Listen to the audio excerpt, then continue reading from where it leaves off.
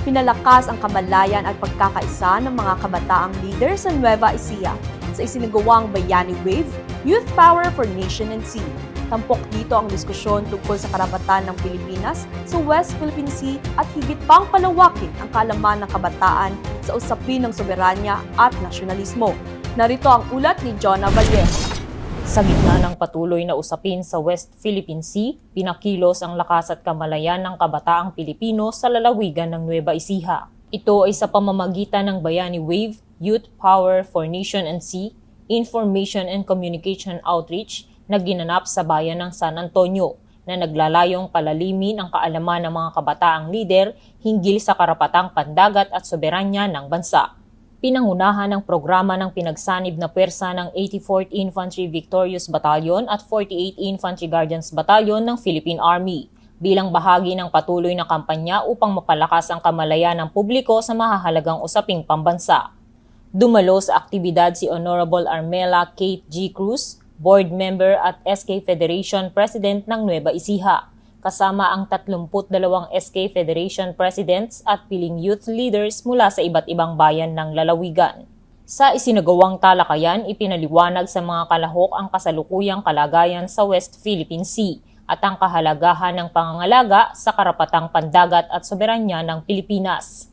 Binigyang diin din ang mahalagang papel ng kabataan bilang tagapagpalaganap ng tamang impormasyon at kamalayan sa kanilang mga komunidad, upang mapalawak ang pangunawa ng publiko sa usaping may direktang kinalaman sa pambansang interes.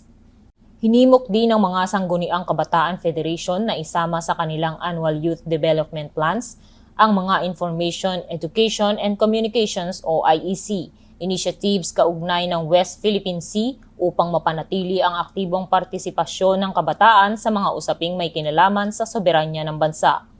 So as a youth leader, I can contribute to the issues of the West Philippine Sea by promoting awareness, sharing correct information with my fellow youth. With that, I can organize the discussion like seminars, youth activities, and social media campaigns to encourage unity, patriotism, and to support the peaceful protections of our country's sovereignty. Ayon sa Philippine Army, mahalagang katuwang ang sektor ng kabataan, mga lokal ng pamahalaan at iba't ibang organisasyon sa pagsusulong ng Whole of Nation approach. Isang kolektibong pagkilos upang mapalakas ang kamalayan ng mamamayan at mapangalagaan ang soberanya at karapatang pandagat ng Pilipinas. Sa pamamagitan ng mga programang tulad ng Bayani Wave, patuloy na hinuhubog ang kabataang Pilipino upang maging aktibong katuwang sa nation building at sa pagtatanggol sa pambansang teritoryo. Tunay nga na dapat pa nating palawakin ang ating kaalaman tungkol sa ating mga karapatan sa ating karagatan. Isa itong mahalagang hakbang upang mas lalo pang mamulat ang ating mga kabataan sa kahalagahan ng pangangalaga at pagtatanggol sa ating teritoryo.